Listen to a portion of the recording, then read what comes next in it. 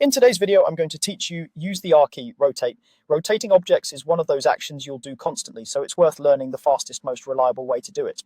The simplest method is built around a single key. When you're ready to rotate an object, press the R key. You'll instantly enter rotation mode. You'll notice the object becomes responsive to your mouse, and as you move the mouse, the object pivots smoothly. Think of it as grab and turn. You're not locking anything in yet, you're just previewing how it will look.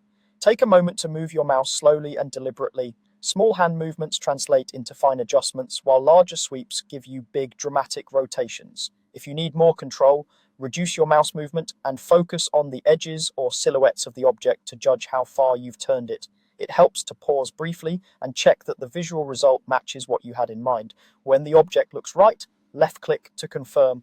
That click finalizes the rotation exactly as you see it on screen.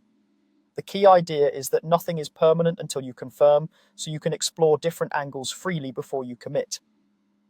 If the change doesn't look right or you move too far, cancel instead of confirming. Right-click or press the escape key to cancel the operation. The object will snap back to its original unrotated state, exactly as it was before you pressed R. This makes rotating very safe to experiment with.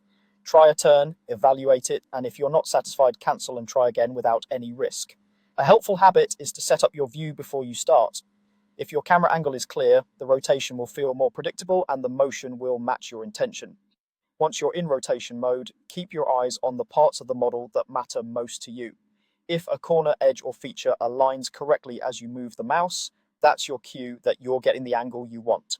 To recap the entire workflow, press R to enter rotation mode, move your mouse to rotate freely while you preview the result, left click to confirm when it looks right, or right click or press ES key to cancel and return to where you started. Practice this a few times and it'll become second nature. That's all there is to rotating quickly and confidently using the R key.